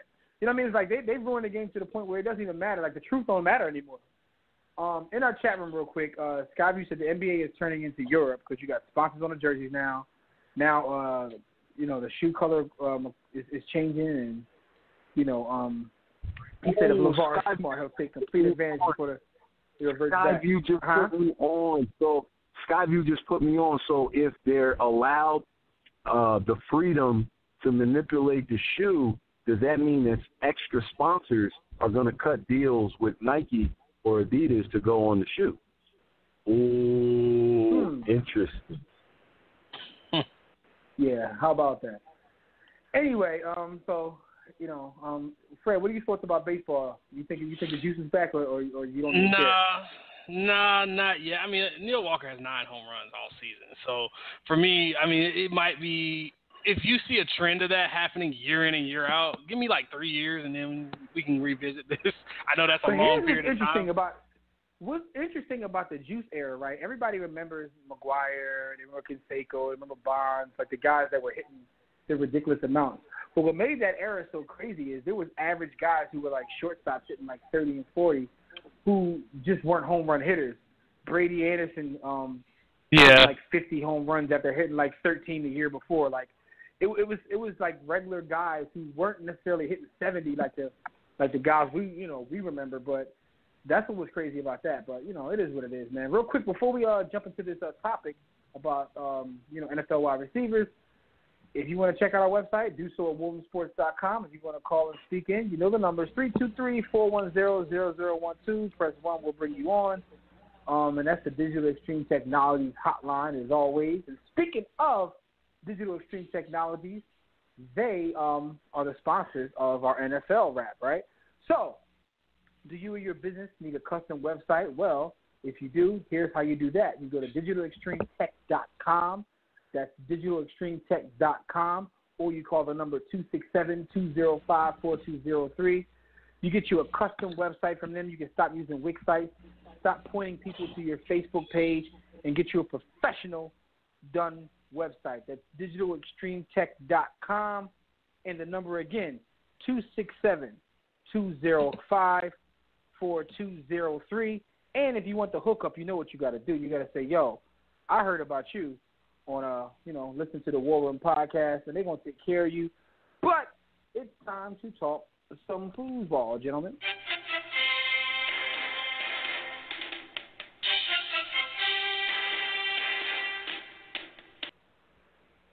All right, real quick, before we jump into this topic about wide receivers, Kirk Cousins allegedly turned down $90 million guaranteed from the Jets to sign with the Vikings. Someone told me that the headline is kind of misleading if you look into it, considering what he got. It wasn't a total of 90 that he turned down. But what do you guys think about his decision to go to the Vikings for less money? It makes perfect sense. If you look at all the money he's made by signing those free agent tenders, Kirk Cousins has made close to $60 million with the tenders. So he's looking at an opportunity to add winning and beat playoff runs to his legacy and his experience. Going to the Jets to only get money when it's not going to be that much different than what Minnesota gave him, it doesn't make sense. So I get it. The Jets aren't going to win anything anytime soon. I support Kirk Cousins in securing that bag as much as possible. Why go to a bad team when I can go to a Super Bowl contender and make them instantly better? Yeah, you know what's funny to me is this is just proof that it doesn't matter what they do, people will be pissed. Because I was online, we're just reading comments and people saying you got to take the most money you can give. You can't be worrying about these teams even winning. It's about getting the money. But then on the other side, if people took the money, they would have said you had a chance to compete for a title. But you put money at, it doesn't matter what he did. Like, he'll be criticized. But I don't think either decision. Yeah, but I'm just saying, my point is you never please everybody, so you got to do whatever makes you happy. Because at the end of the day, no matter what you do, people have a problem with it. So it is what it is, man. We talked about this earlier, but what do you guys think about the Eagles and Carson Wentz? Should they throw him out there week one, or should they, hold him back? Honestly, the NFL season is a marathon, not a sprint. And so if he's not ready, throw Nick Foles out there. Your defense will hold up. Your running game will hold up. Alshon Jeffrey's not going to be there at least for a game or two. If Carson isn't ready, you don't want to damage your future. You've already won one Super Bowl. You're the defending champions. You're probably the best team in your division by leaps and bounds. I mean, do we really believe in the Cowboys? Do we really believe in the Giants? I actually do believe in that team in Washington. Washington a little, not a lot, a little. And they could give a little bit of problem, but in reality, they'll win their division. So I rush them back. Okay, be awesome. What's your perspective? I'm torn because I don't want to hear the pom-poms, the prisoners of the moment, who are going to start a firestorm out of nothing because Nick Foles starts and throws for 275 yards and 2 touchdowns, and we get a win, and all of a sudden Carson Wentz is chopped bologna with chopped liver. I don't want that to happen. Carson Wentz out there, but you don't want to mortgage your future. You don't want to mortgage your future. Make sure he's healthy. You'd rather be Carson Wentz than Sam Bradford. And we know what knee injuries do to mobile quarterbacks. That's like, speaking of, you can't make everybody happy, man. So, coach got to make a decision, man. Interesting time. Listen, though, Odell Beckham, whereas our brother Phil Maddox says, Odell Beckham, he just became the highest paid wide receiver of all time. So I'm not going to ask you guys where he ranks because he still has a ton of work to put in. We know he's very talented, despite his lifestyle, as D. Austin says. Now, I want to ask you guys a couple questions about the wide receiver position because I see this argument all the time. Who's the greatest wide receiver of all time? D. Austin, I'm going to let you take this one because I want to hear your thoughts right now. The greatest wide receiver of all time, based on our socio-political leanings and black nationalist position, starts with T.O. And don't say Jada Fire. Don't say Jada Fire. That's not the wide receiver I'm talking about. He's the greatest wide receiver. Nah, I definitely would go with Pinky. But go ahead, though. I would say if we take our socio-political leanings away, it would probably be the guy that put the chicken on his helmet and was picking cotton in a commercial for a fried chicken restaurant. But since I can't say that, I'm going to go with T.O., followed by 1B, Randy Moss. Okay. For me, I'm going to say Randy Moss. Other boy you talk about don't exist to me. But I've been pretty close to this. Even if he did exist to me, I still might say Randy Moss. And I'm going to tell you why. I know you feel that way, and I know we've had these debates on there. I think Randy Moss is this is just my opinion again, is head and shoulders the best receiver that I've ever played the game of football. Like, and I understand that because I've seen Randy dominate games without catching the ball, and to do that as a wide receiver is crazy. Like, him going in motion just rattled a whole defense. Just him being on the field, which is why Randy Moss and like Allen Iverson are like the two players that made me recognize.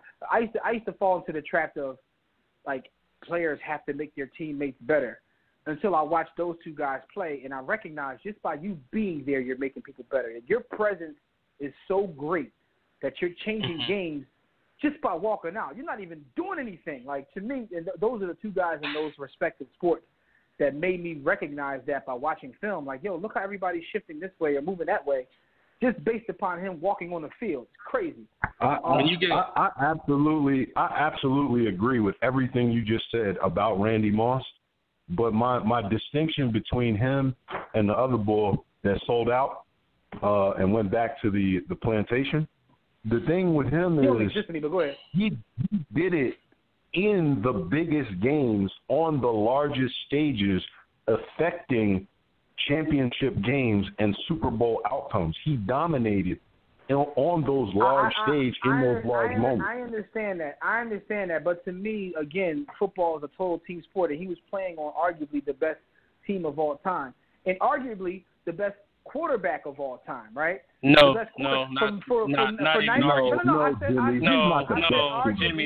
Jimmy. I said arguably.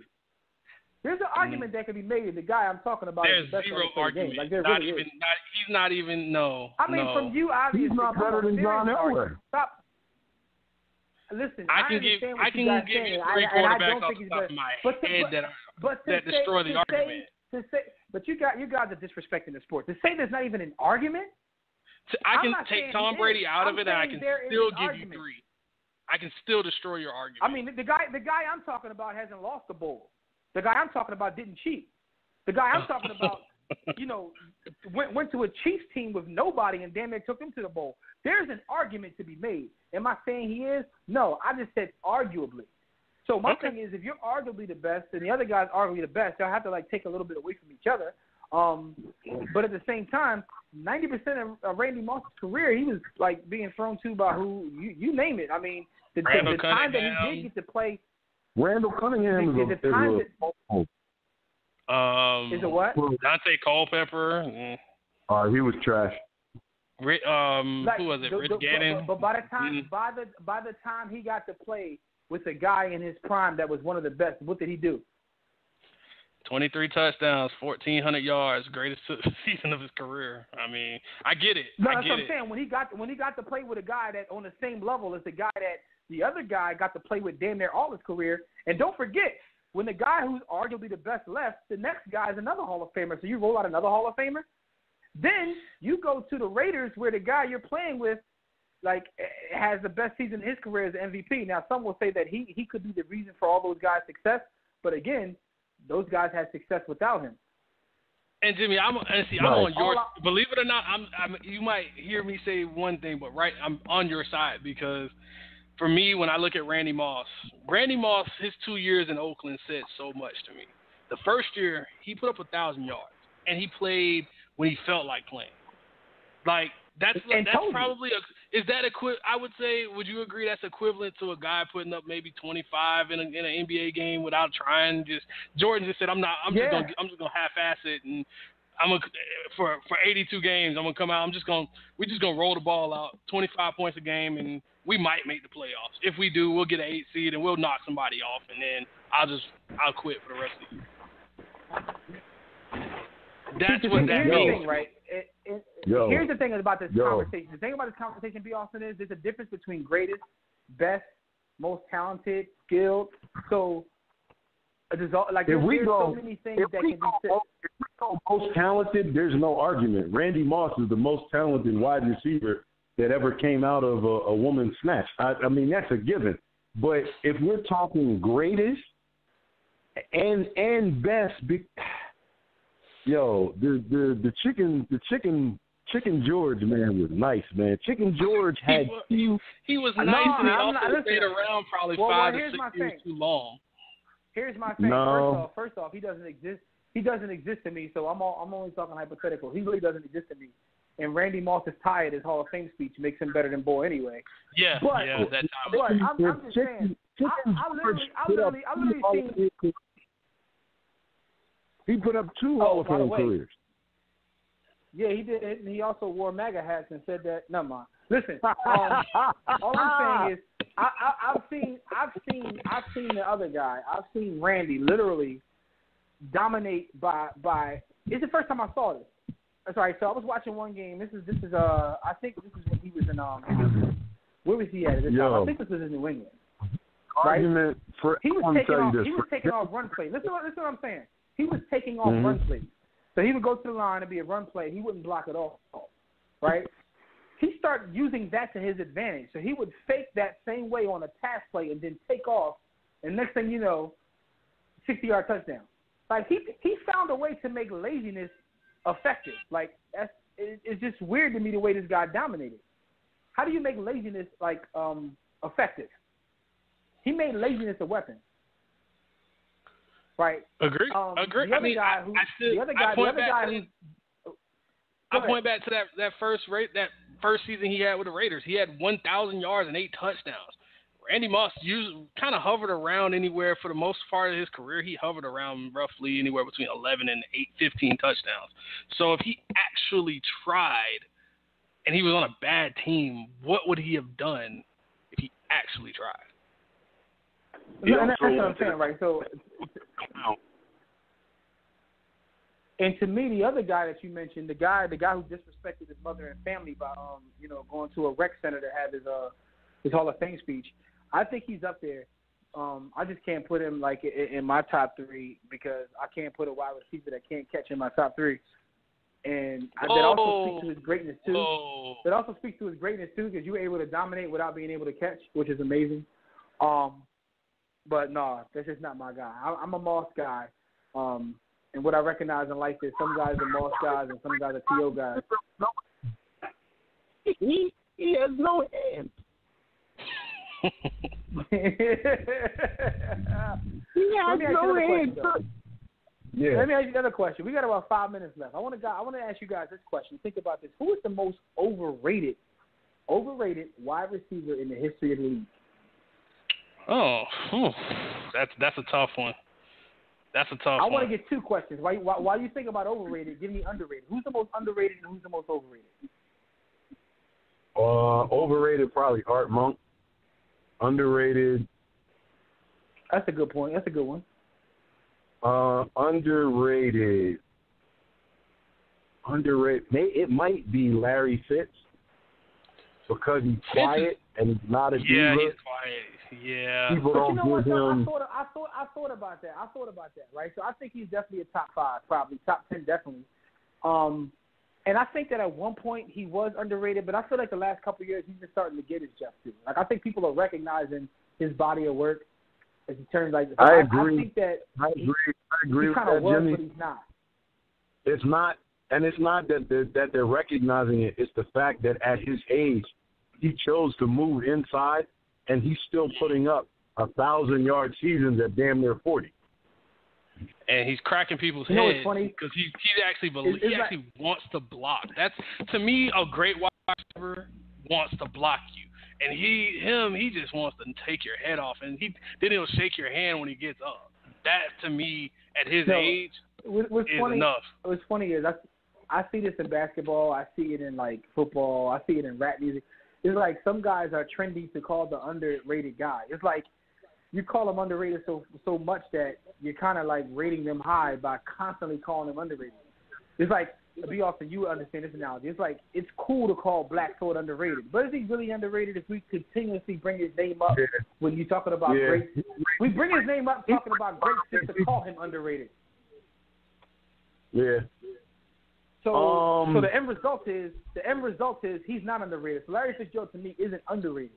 Overrated with Art Monk, I can actually agree with that because he compiles stats over a period of time, but at the same time, I don't necessarily hear his name really mentioned anymore. We talk about greats. I mean, Steve Largent used to be mentioned. I don't hear him mentioned anymore. I think partially that's because of the way the NFL has gone. Numbers, the way guys are just catching passes and putting up ridiculous numbers. It's just like nowadays you can be a top. By the time your career is over, if you keep it up for 10 years, you can be a top 10 receiver numbers-wise easily, just by the sheer volume of passes. I agree with you. No, I agree with you. You're absolutely right. You're going to have guys – because to me, when I think underrated now, to me, you know who's underrated to me? I think Marvin Harrison is underrated, and a lot of it has to do with the fact that he played during a time when, again, don't jump down my throat, guys, pause. He played during a time when arguably two of the top three played. He played during their time. So no. Whether you're a Moss guy or you're a T.O. Jimmy, that's totally, whether you're a Moss guy or a T.O. guy, like Marvin played on their heyday. Yeah, so it's like people like Larry, he was quiet. So because he was quiet, you don't really think of him as like when you say Marvin Harrison, you don't really think instantly Hall of Famer, and then you go back and say he had a pretty damn good career. He had a great career. Don't owe him rent though. He will catch you in these streets, though. I can tell you that. I'm a technical guy, so I get into route running, and I like my guys to be able to run routes. All right, so I'm gonna go here. I think Michael Irvin is overrated. I think that Des Bryant was overrated. I don't like. Real quick though, be honest, because we gotta fly. We gotta get out of here. One last question for you guys, and shout out to Marvin Harrison because that's my guy. Like knowing like his brother was my roommate in college, but that's neither here nor there. So it's no slander. But my last question to you is this: where do you rank Megatron? Ooh, the career was too short. Too short of a career. But what we saw. Top 15 all time. And the fact that I say Megatron and don't have to say his name, I think that might speak volumes too. I didn't even say the man's name. If we exclude tight ends, the receiving category, I'd probably say top 10. Only because he's better than Isaac Bruce. He's better than Tim Brown. He's damn sure better than Steve Smith, Reggie Wayne. Tim Brown, why you bring Tim Brown up? Tim Brown ain't good. All right, listen, man, we got to get out of here, man. We definitely got to get out of here. We're going to have this conversation offline, man. But it's some good stuff right there because I think people forget about Megatron because what B also said. But, yo, we're calling the boy Megatron, yo. Anyway, he's underrated. Yo, he might be underrated. He might be underrated in the grand scheme of things. Shout out to everybody on all platforms, the chat room, Facebook, Twitter, the Game Time app, all the calls we called that got through. Shout out to y'all. Shout out to Skyview in the chat room. Who's want to give Irvin Fryer a shout out and call him underrated? You know what I'm saying? But anyway, tune in next week live right here on demand. We're gonna do our 9th annual NFL kickoff special. So enjoy your weekend, enjoy your week. We'll see you right back here next time. Catch everything we do at the Hub, all social media, everything at WarRoomSports.com. Also, pick up my book, Sports the Book at sportsthebook.com or warroomsports.com. But until next time, everybody, don't accept mediocrity. Be steadfast in the war against ignorance, and we shall see you chumps on top. Shout out to you, Fred. Thanks. 6 to 8. Yeah. War Room Sports. Y'all ready? Let's go. Stay in tune to Jimmy. Know the blueprint. Yo. Every Thursday, 6 to 8, they do this. Shout out to Dev, PJ, B. Austin, Doc Bay on replay. WarRoomSports.com. Get that mobile app. If not, dial 323-140012. They be going and you sensitive, then oh well. Physical podcast, let's talk sports. Showtime like magic in the block push. Listen live, push one to join in. Rip your team or listen for your enjoyment. Hip hop dollars, pit stop and knowledge. Should be in sports credits, I ain't talking college. 5 guys, no beef though. Corporate secret, but the streets know. Belafonte, I got a G flow. KC royalty, I'm in beast mode. 2 hours, get your game up. Who's the best sportscast? You better name us. War Room Sports. Yeah, you know, Jimmy, Dev, TJ, Doc Beck, B. Austin. I'm Jock. Up here coming on the beat.